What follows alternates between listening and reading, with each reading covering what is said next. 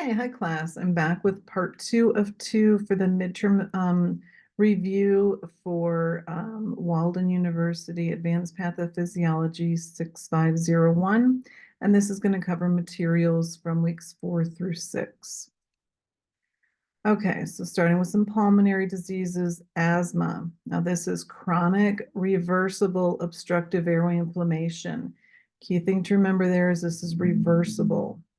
Patients are usually asymptomatic between attacks, and if they have a pulmonary function test done, it usually shows a normal result when they're in that in between attack state. There can be an early asthmatic response. There's antigen exposure, inflammatory mediators such as histamine. There's vasodilation, increased capillary permeability, bronchospasm, and mucus secretion. The asthmatic response, about 4 to 8 hours after the early response, there's recruitment of white blood cells. There's more bronchospasm, edema, and mucus secretion. You can see here all that's going on with that airway. Now, airway obstruction occurs, and there's increased resistance to airflow and expiratory flow rates. So there's air trapping in the lungs, can't get that air back out. There's hyperinflation of the lungs, and there's an increased work of breathing going on. Now, COPD, there's airflow limitation due to airway and/or alveolar abnormalities. This can be a combination or singly of chronic bronchitis and emphysema. Risks for this: cigarette smoking, tobacco smoke, occupational dusts and chemicals, and pollution. Patients may have frequent infectious exacerbations. Now, with emphysema, there's abnormal permanent enlargement of the gas exchange airways. And this is accompanied by destruction of the alveolar walls without obvious fibrosis. There's a risk for cell injury due to hypoxia. Airway obstruction is worse with expiration. The air gets trapped, can't get that air out. There's in a chronic inflammatory state, and repeated infections can occur, and this can lead to cellular hypertrophy, which is an adaptational change. Bronchial edema, there's increased size and number of mucus glands and goblet cells. And with COPD, we're going to see minimal VQ mismatch. Now, one of the tests for with COPD is the diffusing capacity of the lungs for carbon monoxide. And this test determines how well oxygen moves from the lungs to the blood. Normal range, 75 to 140% of predicted value. Mildly reduced if it's 60 to 75%, and severely reduced if it's less than 40% of predicted value. Now, a low DLCO, the lungs aren't getting oxygen from the air to the blood efficiently. And this is decreased due to loss of alveolar surface area and alveolar destruction. Now, chronic bronchitis, this is a hyperplasia of mucus glands going on here.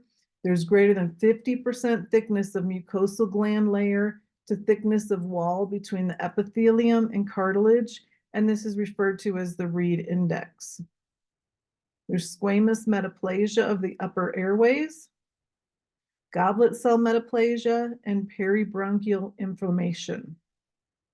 There's a condition called bronchiolitis obliterans. I believe the lecture in the lectorial video covered some stuff on this, and this happens in the later stages due to fibrosis in the bronchioles. Now, with chronic bronchitis, there is significant VQ mismatching. There's inflammation and mucus production in the bronchi, retention of carbon dioxide, and obstructed airflow. Now, a shunt results in early onset hypercapnic hypoxemia. And now, if you remember the blue bloaters and pink puffers, the chronic bronchitis are going to have more of a productive cough than with a patient who has more of emphysema.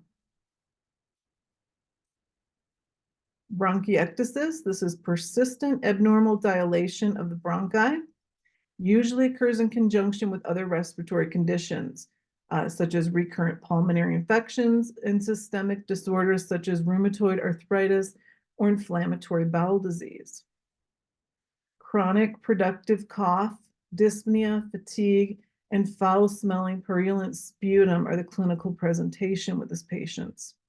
They have hypoxemia due to a VQ mismatch, and the PFT, or pulmonary function test, decreases in forced vital capacity and expiratory flow rates. Pulmonary embolism usually begins as a thrombus in the deep vein in the legs, like we discussed in part 1. Risks include any disorder that promotes blood clotting, infections, inherited coagulation disorders such as factor V Leiden, malignancy, hormone replacement therapy, pregnancy, and oral contraceptives. Must have it spelled wrong there. Okay, and then there's the triad of Virchow that's involved here. So there's increased risk for thrombosis with these 3 conditions here: hemodynamic stasis, hypercoagulability, and endothelial injury. Now, pulmonary embolism increases the vascular resistance against which the right ventricle must pump. Large pulmonary embolisms can lead to circulatory collapse, such as a saddle emboli, and I believe that the lecture in the lectorial video talks some about that. Testing a D-dimer will show that it's elevated with pulmonary embolism, and this is due to activation of the coagulation and fibrin formation, and the thrombus is breaking up or fibrinolysis is occurring. And sleep apnea, we have obstructive sleep apnea syndrome or central sleep apnea. Obstructive sleep apnea, the risks there: obesity, more common in males, older age, and postmenopausal status of women who are not on hormone therapy. There can be partial or total upper airway obstruction to airflow recurring during sleep with continuous respiratory efforts made against a closed airway. So this is going to lead to snoring. Something important to ask patients if they're having issues with sleep is, are they snoring? Or ask their bed partner that instead. They may have gasping, apneic episodes that last 10 seconds or longer. Now, with central sleep apnea, there's temporary absence or diminution of ventilatory effort during sleep with decreased sensitivity to carbon dioxide and oxygen tensions and decreased airway dilator muscle activation. So this condition might be associated with heart failure, neurologic disease, high altitude, and narcotics. I'm at a high altitude now, and that's why I'm getting out of breath. I'm in Colorado at this time. So for the pulmonary system, also be sure that you're aware of the basics of structure and function of the pulmonary system. Okay, concepts of gastrointestinal disorders. Appendicitis. Now, this is inflammation of the appendix. Clinical manifestations can be anorexia, nausea or vomiting, fever, indigestion, diarrhea, malaise, or they may have a high-grade fever, which may indicate perforation of that appendix. They can have fecaliths that get caught in the appendix. This was discussed in the lectorio video. That's more commonly what's occurring. Can also be calculi due to mucus, fibrosis, and tumors. Now, sometimes these fecaliths can be palpated in the appendix as well. The initial pain is periumbilical and then migrates to the right lower quadrant at McBurney's point. And here's a picture showing where that McBurney's point is.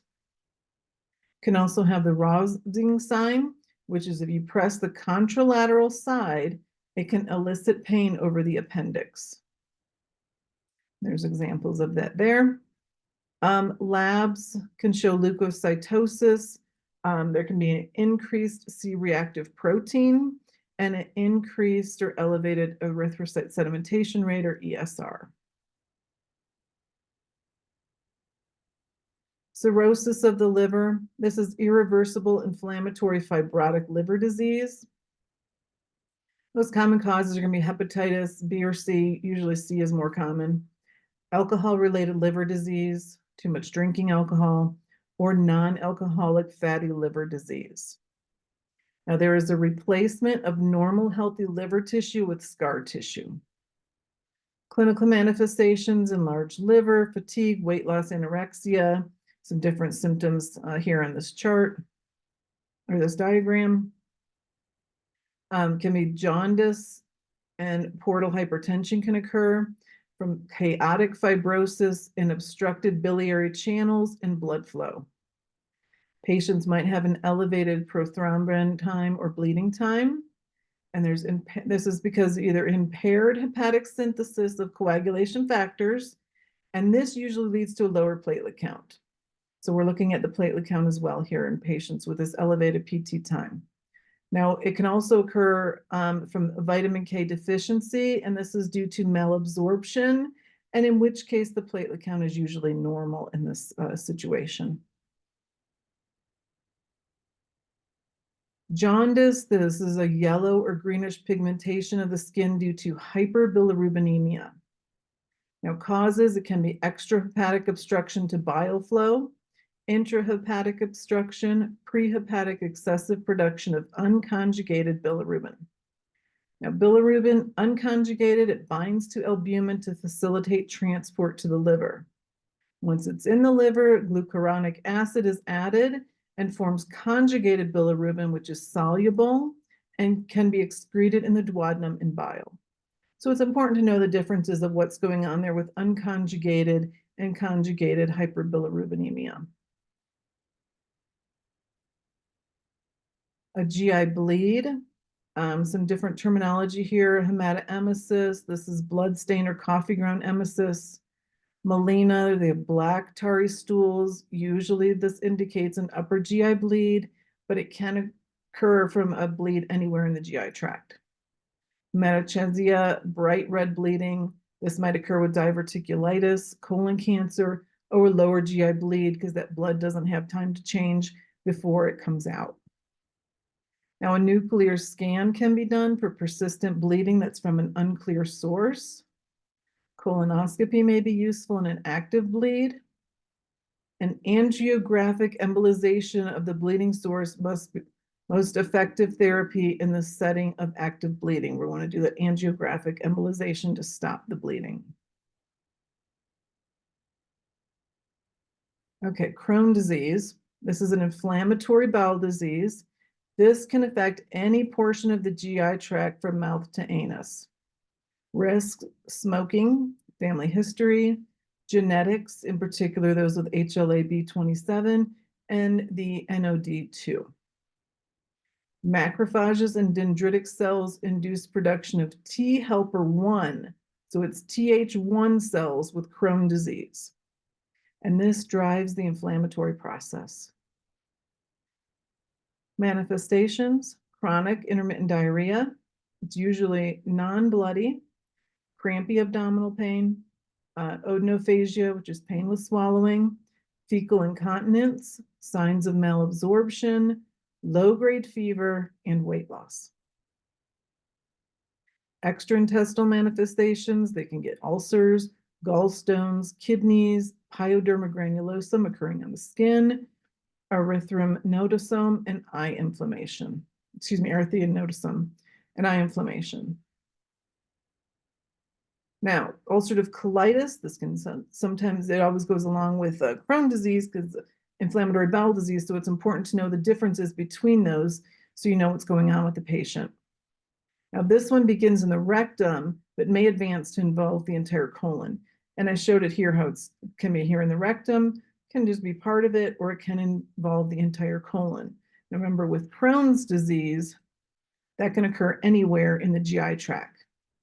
Ulcerative colitis, beginning in the rectum, and it can advance to the entire colon. There's mucosal inflammation and ulcers. Risks, again, that HLA-B27, increased fat intake, NSAIDs, stress, and intestinal infections. There's an imbalance in the mucin layer, and bacteria can get through more easily. Now, the macrophage and dendritic cell activity this is the T helper 2. Remember, with Crohn's disease, we said it was T helper 1. Ulcerative colitis, T helper 2. And this was covered in the electoral video as well. Clinical manifestations, anemia, weight loss, low-grade fever, refractory bloody diarrhea, fecal urgency and incontinence, and that colicky abdominal pain. Irritable bowel syndrome. This is a functional bowel disease characterized by chronic abdominal pain and altered bowel motility without an identifiable organic cause. So we don't know what's causing this. But there's altered bowel motility. It may be faster, or it may be slower, or there could even be some backwards peristalsis.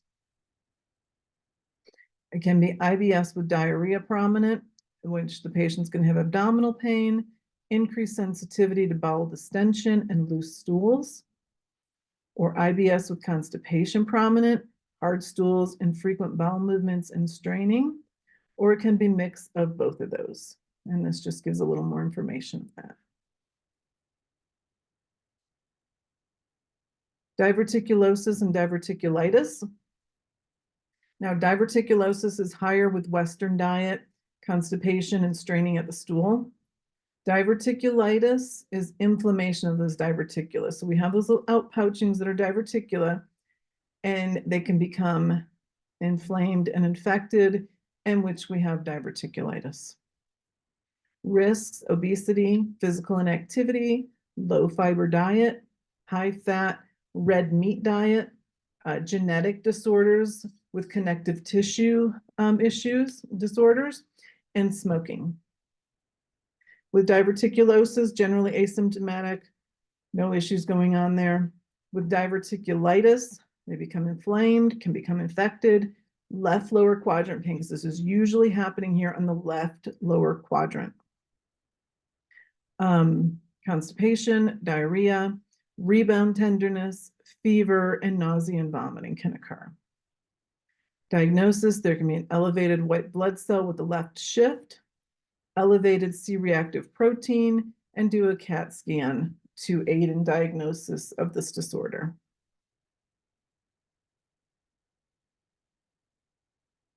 GERD, gastroesophageal reflux disease. This is reflux of the stomach contents into the esophagus. Risks are increased abdominal pressure, such as with obesity, pregnancy, eating habits, and lack of physical activity can contribute to this as well. Now, there's decreased lower esophageal sphincter tone. This can be lowered or decreased because of medications such as nitrates or calcium channel blockers, smoking, caffeine, asthma, alcohol, anxiety, and stress can all lead to that decreased lower esophageal sphincter tone. So what's causing this GERD? Well, that decreased lower esophageal sphincter tone, increased transient LES relaxations, impaired esophageal motility, delayed gastric emptying, or a hiatal hernia can cause this. Clinical manifestations: dysphagia, odonophagia, heartburn, belching, and nausea. Diagnosis is made by clinical presentation, and there is a risk for Barrett's metaplasia because of that reflux of acid into the esophagus. So something to be cautious about. Gastric cancer. Now, this is the third most common cause of cancer-related death worldwide, and that is because it is often diagnosed late stage. Most often, it's an adenocarcinoma. Risks: inflammation of the stomach, GERD or gastroesophageal reflux disease, obesity, processed food, the Helicobacter pylori infection or H. pylori, gastritis, smoking, bile reflux, and genetic factors can all be involved there. The clinical manifestations: early, they're asymptomatic. So symptoms are usually occurring when there's advanced cancer, and that's epigastric discomfort, anorexia, nausea, weight loss. So you want to surveil patients that are at high risk to ensure that this doesn't start up in them. Eosinophilic esophagitis. This is an idiopathic chronic allergic immune disease of the esophagus. So we got an allergic immune response going on here. Characterized by infiltration of eosinophils, hence the name, in the esophagus. And it's associated with atopic diseases such as asthma, allergic rhinitis, eczema, and food allergies. GERD may also contribute to eosinophils in the esophagus. There's dysphagia, decreased appetite, recurring abdominal pain, vomiting, and weight loss. Do an endoscopy with a biopsy for diagnosis of this disorder. Pancreatitis, we'll talk about acute pancreatitis. This is usually a mild disease and resolves spontaneously, but some may develop severe acute pancreatitis that requires hospitalization. Often this is due to obstruction to the outflow of the pancreatic digestive enzymes caused by bile and pancreatic duct obstruction. So gallstones, big culprit with this, the leading cause of an acute obstructive pancreatitis. This can also develop from direct cellular injury from alcohol, drugs, or a viral infection. Manifestations, epigastric or mid-abdominal constant pain. This may radiate to the back. Patient can have fever, leukocytosis, nausea and vomiting, jaundice, and abdominal distension. Diagnosis, abdominal pain suggestive of pancreatitis. So it's following that pattern that we described. The serum amylase and or lipase may be elevated, and for diagnosis, it should be greater than 3 times of the upper level of normal. And a cross-sectional imaging, such as with a CAT scan or MRI, that has findings consistent with acute pancreatitis. That's when we can diagnose acute pancreatitis in the patient. Chronic kidney disease, this is progressive and irreversible loss of renal function, defined as a decline in the glomerular filtration rate below 60 for 3 months or more, associated with some conditions that can cause kidney damage that affect the kidneys, diabetes mellitus. That's the most significant risk factor. Also hypertension and systemic lupus erythematosus, very damaging to the kidneys. Can also be associated with intrinsic kidney disease, such as an acute kidney injury, glomerulonephritis, or chronic pyelonephritis or infection of the kidney. There's hyaline arteriosclerosis found in the kidneys of patients with diabetes mellitus and hypertension.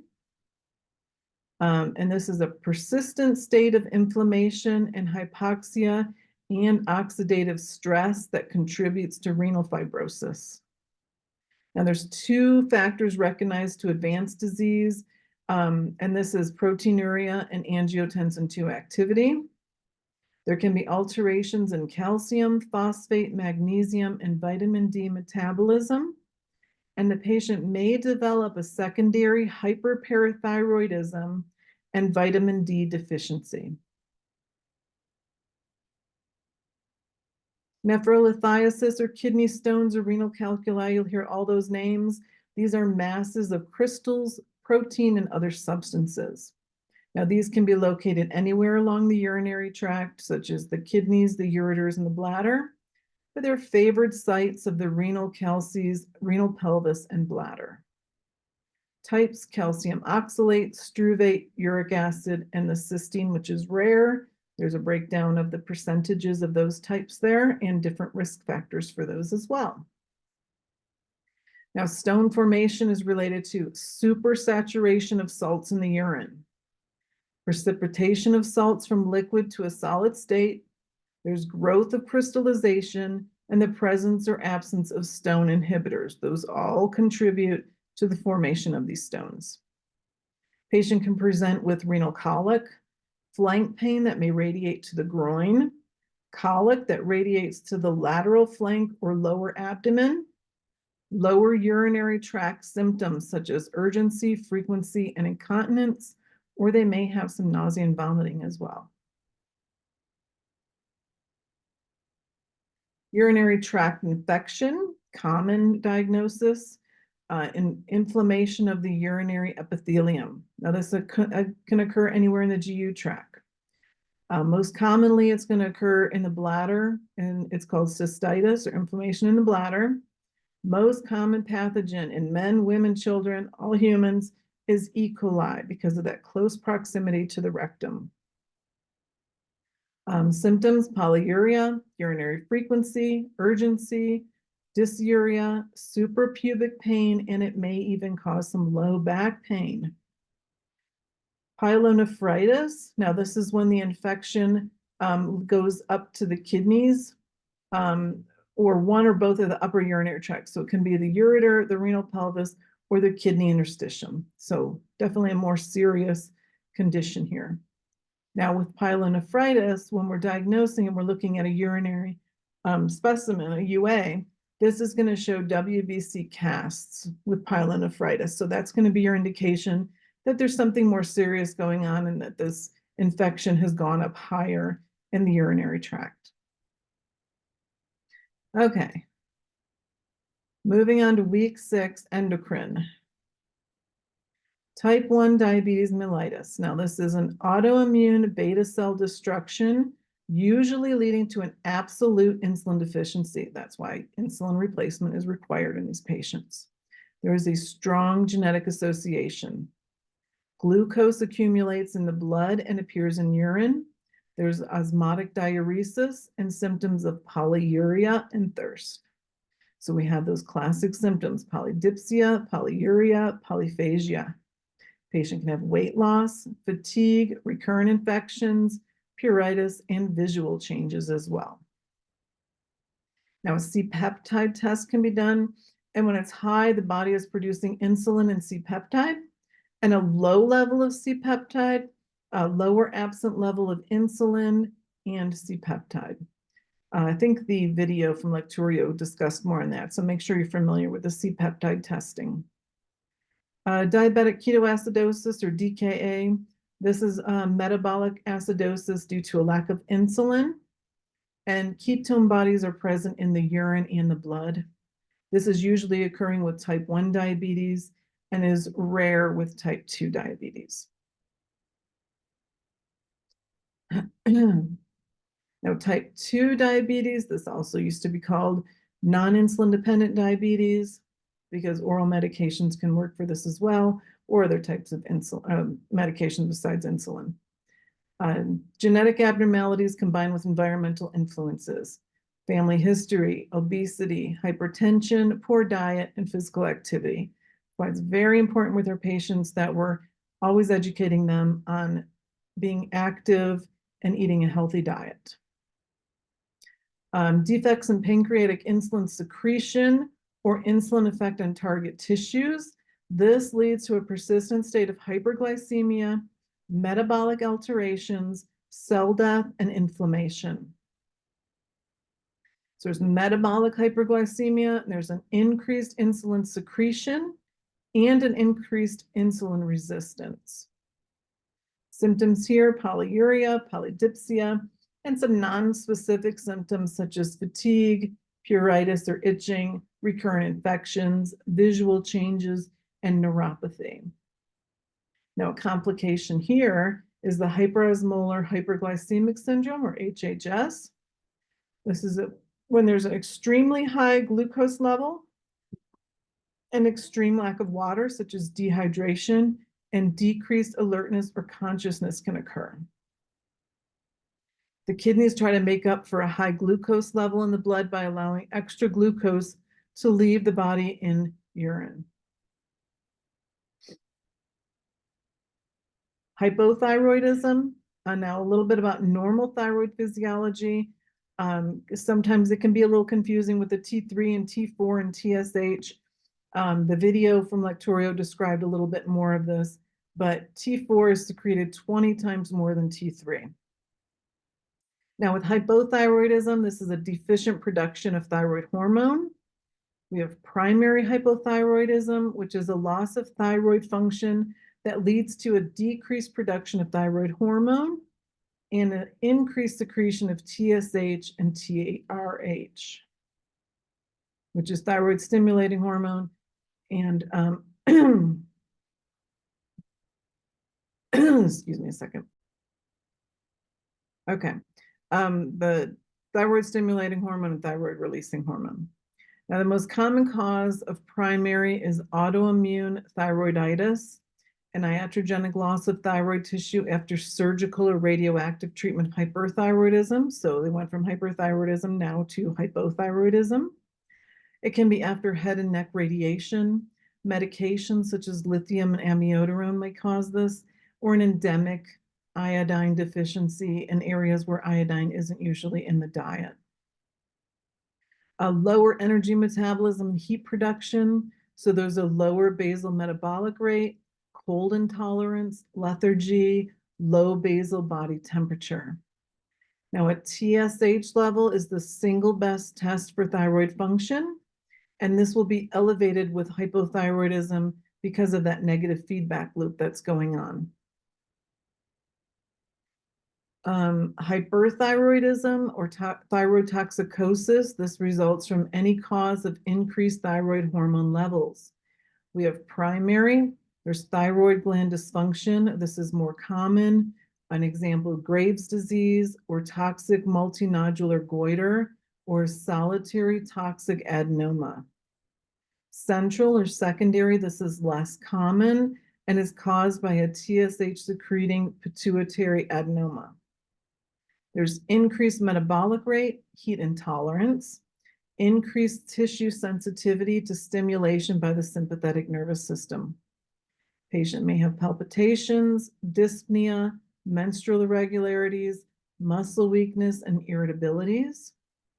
Now, when this occurs in older patients, the classic symptoms may be absent, and they may have cardiac symptoms such as atrial fibrillation and heart failure. Now, the initial evaluation is based on the clinical signs and symptoms. First, you're going to want to check the TSH alone to see if the patient is hypo or hyperthyroidism. Then if the TSH is low, such as with hyperthyroidism, check the T4 and T3 levels. And if elevated, check the T4 only. Now, for primary hyperthyroidism, there's going to be a low TSH and a high T4 and T3. Normal range of TSH can be affected by conditions such as pregnancy, aging, or pituitary dysfunction. Hypoparathyroidism, this is most commonly caused by damage to the parathyroid glands during thyroid surgery. Other causes can be hypomagnesemia, familial hypoparathyroidism, and DiGeorge syndrome, and pseudo-hypoparathyroidism. This image here is on DiGeorge syndrome, which I'll cover a little bit more of in a minute here.